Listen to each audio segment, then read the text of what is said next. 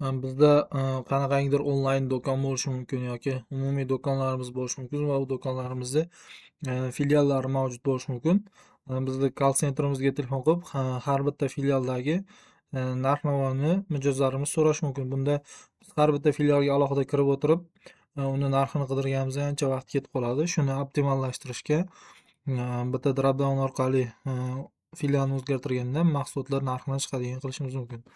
Bunun uchun insert bo'limidan drop down yasaymiz. Drop down from range. Bizdagi filiallarimizni nomlari berilgan ustunni belgilaymiz.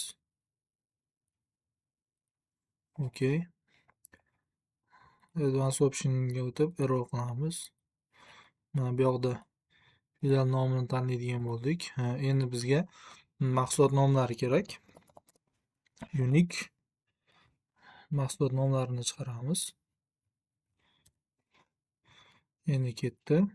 Endi narxlarni chiqarishimiz kerak. Bunda bizga index plus match formulasi yordam beradi. Ikkita shartimiz bor. Bu yoqda ham filial, ham mahsulot to'g'ri kelishi kerak. Buning uchun index tanlaymiz. Index formulasi bizga birinchi reference, ya'ni qaysi ustundagi ma'lumot chiqishi kerak. Mana shu ustundagi ma'lumot chiqishi kerak. Formula qo'yamiz. Endi index. Index qo'ydik, match qo'yamiz. Match, ya'ni shu ustundagi nechinchi qatordagi formula kerakligini bizga topib beradi. Match. Biz birni qidiramiz, birni topamiz, ya'ni ikkita shart beramiz. Shartlar bajarilsa 1 chiqadi, 1 ga 1 to'g'ri bo'lib, formulamiz to'g'ri ishlaydi. Bunda birinchi shart filiallar ustuni. Buni F4 da qoldiramizda teng bo'lsin bu filialga, ya'ni F1 ga, ya'ni filiallarimiz Samarqandga teng bo'lsin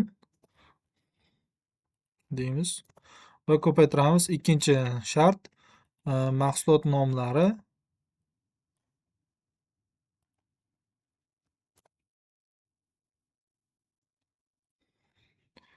teng bo'lsin bu qidirilayotgan mahsulotimizga va formulani yopamiz. Matchni 0 bor. Match to'g'rishlash uchun 0 qo'yamiz. Bu match formulamizning qavsi yopildi. Endi index qavsini yopamiz va 810 chiqdi. Endi formulani pastga tortamiz. Bu yoqda qiymatlar chiqdi. Har bittasi. Endi mana Toshkentga o'zgartiramiz. Toshkentda laptop $800, Samarqandda $810. Laptop 800, endi Samarqandga o'chirib 810. Deylik, mana Buxoroda monitor $205 bo'lsin. Samarqandda monitor $190 bo'lsin. Mana Samarqandda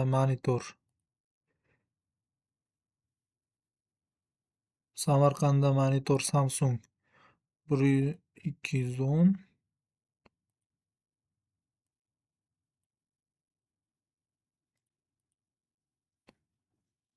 Uzr, mana formulamizda xato bor ekan.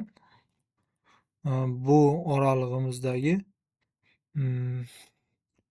F1 qotirilgan, lekin S oralig'imiz qotirilmabdi. Mana qotirilmagan. Endi to'g'riladik.